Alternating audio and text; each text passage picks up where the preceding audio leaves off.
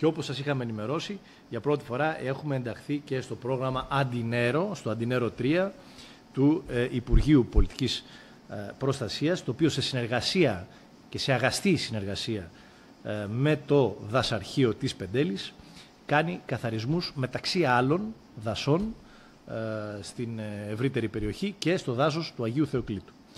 Οι καθαρισμοί εκεί γίνονται βάσει συγκεκριμένης μελέτης του δασαρχείου, την οποία μάλιστα μελέτη αυτή έχει επιμεληθεί και η κυρία Ζωή Ντίνα, η οποία είναι μια εξαιρετική υπάλληλος του δασαρχείου Πεντέλης και τυχαίνει να είναι και βρυλισιώτισσα.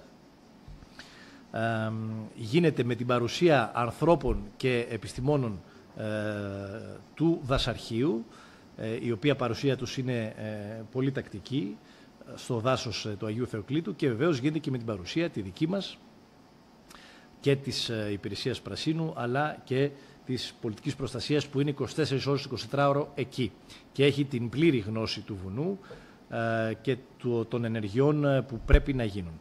Το δάσος αυτό δεν είχε καθαριστεί σχεδόν ποτέ, όλα αυτά τα χρόνια. Δεν είχε καθαριστεί καθόλου. Υπήρχε πολύ έφλεκτη ύλη, η οποία δημιουργούσε πολύ μεγάλα προβλήματα, και πραγματικά εγώ εκτιμώ ότι με την ολοκλήρωση αυτού του έργου θα έχουμε μια εξαιρετικά καλή εικόνα. Εγώ ακούω τις αιτιάσεις αυτές που έχουν να κάνουν με τον τρόπο που ενδεχομένως γίνονται αυτοί οι καθαρισμοί. Κάποιοι τους θεωρούν ίσως υπέρ το δέον καθαρισμούς.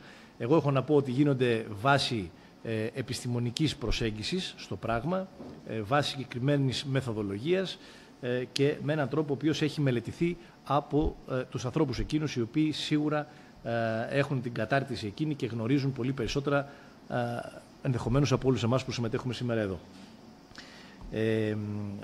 Μιλάμε διαρκώς και με την Υπηρεσία Πρασίνου και με την πολιτική προστασία. Είναι πολύ ευχαριστημένοι.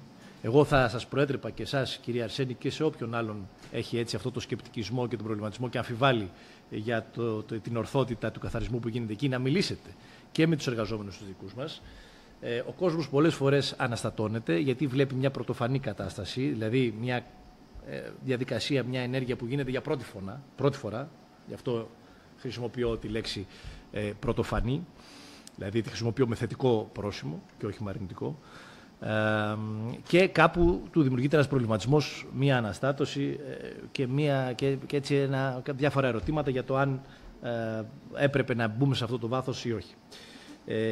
Επαναλαμβάνω ότι είμαστε σε πλήρη και σε απόλυτη έτσι, συνεργασία με την πολιτική προστασία, με το Υπουργείο, το αρμόδιο, με το δασαρχείο, και ο καθαρισμός εκεί γίνεται με μοναδικό γνώμονα την προστασία του δάσους και όχι την καταστροφή του δάσους.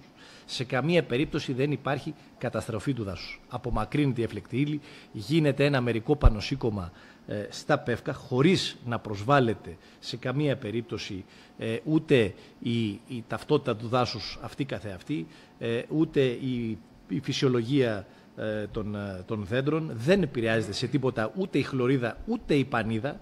Και μίλησα συγκεκριμένα χθες για το ζήτημα αυτό, επειδή μου το θέσατε τηλεφωνικά στην ευχάριστη συνομιλία που είχαμε, κυρία Αρσένη.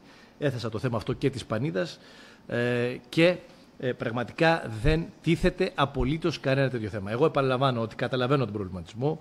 Είναι μια διαδικασία αυτή που κάποιος την βλέπει και του δημιουργούνται κάποια ερωτηματικά.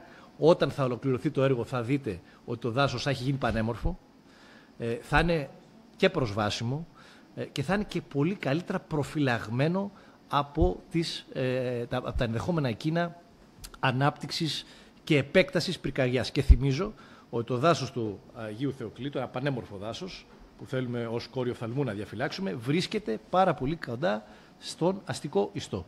Που αυτό σημαίνει ότι πρέπει να δώσουμε πραγματικά πολύ μεγάλη προσοχή και πολύ μεγάλη έμφαση στο καθαρισμό και στις προληπτικές ενέργειες εκείνες που πρέπει να γίνουν για να μην έχουμε προβλήματα και να μην δούμε πολύ δυσάρεστες συνέπειες. Συνεπώς, νομίζω ότι θα πρέπει να το δούμε όλοι μαζί το θέμα πιο θετικά. Πολλές φορές ακούμε κι εμείς μια έτσι, λογική αντιπολιτευτική κριτική ενδεχομένως ότι γιατί κάνετε το ένα, γιατί κάνετε το άλλο. Αν δεν καθαρίζαμε, θα μας λέγατε δεν έχετε καθαρίσει το δάσος.